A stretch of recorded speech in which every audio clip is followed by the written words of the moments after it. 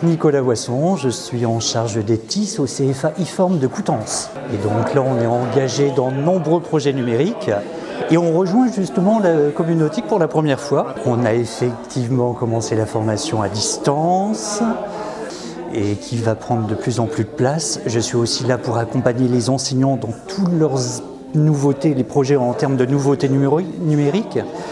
On a une installation vidéo qui est mise en place, une installation de réalité virtuelle qui va voir le jour sous peu. Donc il y a vraiment beaucoup de projets à accompagner et c'est accompagner toute cette dynamique. Échanger un maximum et c'est très intéressant parce que finalement on voit qu'il y a beaucoup de points communs. On a des ateliers très différents, des projets très divers, mais il y a des difficultés récurrentes et des progressions, des idées communes. Finalement, on voit qu'on tend quand même vers le même but. On sait que l'intérêt est l'apprenant, donc les motivations se rejoignent. Donc c'est accompagner une nouvelle forme de pédagogie, de renverser un peu la place de l'enseignant. Donc il y a encore beaucoup de travail à faire. On n'est pas au bout, effectivement. Karine Perrault, je suis formatrice consultante à la boîte aux lettres.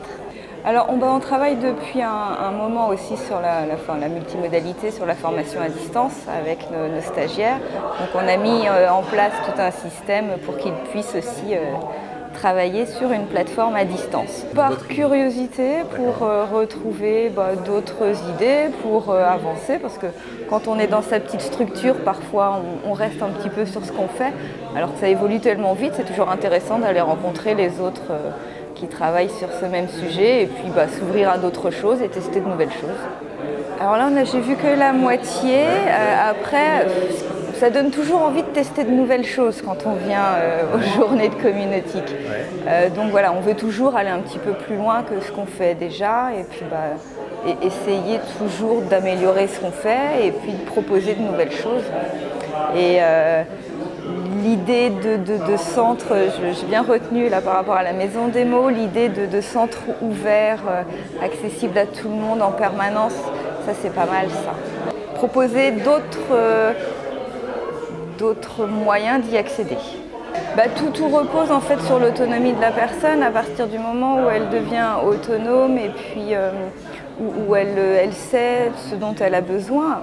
Elle peut faire énormément de choses. Le premier apprentissage, il va être là pour elle. Alors moi je suis Régis Bigot, formateur en insertion professionnelle pour Forgec Nord 2000. Alors nous on intervient, par exemple, on a des actions qualifiantes comme le CAP bâtiment, le titre pro secrétaire compta gestion.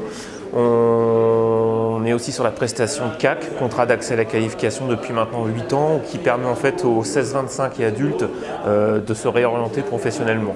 Ça fait partie un peu de nos champs de formation. La formation à distance, elle intervient particulièrement sur des formations de type secrétaire compta. On a fait aussi, un temps, on a été beaucoup sur la FOAD, formation ouverte à distance.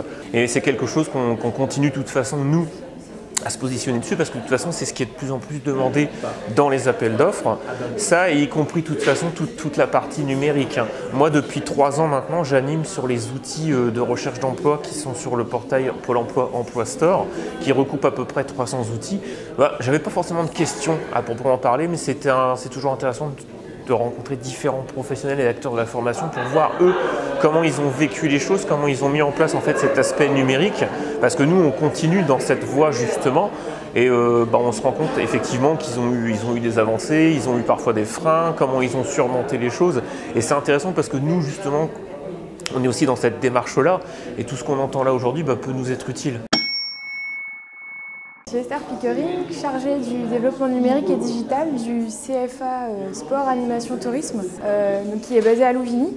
Et puis on a 7 antennes en Haute-Basse-Normandie anciennement, où on développe des BPGEPS et des BE pour des futurs formateurs en fait, dans les clubs et puis auprès des municipalités aussi principalement, en centre de formation, voilà. Alors la formation à distance, actuellement, on développe des modules pour les maîtres d'apprentissage, puisqu'en fait on travaille en apprentissage. On développe sur Moodle en ce moment ces formations-là, donc auprès de notre public employeur. Et puis avec une de nos antennes aussi, on développe de la formation à distance pour nos jeunes. Alors là, les questions, c'est peut-être de réussir à intéresser nos apprentis avec ce module-là, avec cette formation à distance, et de savoir concrètement, nous, dans le milieu du sport et de l'animation, qu'est-ce qu'on met en place en fait pour déjà pérenniser nos centres de formation face à des réformes qui vont arriver au fur et à mesure. La réforme 2020 pour les centres d'apprentissage. Voilà, qu'est-ce qu'on met en place concrètement dans ce virage numérique technologique pour continuer toujours plus à intéresser nos jeunes. Plein de choses, ce qui m'a accroché, le Serious Game proposé par un des intervenants, voilà, de pouvoir immerger les futurs apprenants dans un contexte réel. Ça, ce serait vraiment intéressant pour nous, surtout qu'on s'adresse à un public qui est issu du milieu du sport. Donc si on pouvait les immerger, je ne sais pas, au sein d'un gymnase ou d'une salle de sport, ce serait génial à l'avenir pour les former. Voilà.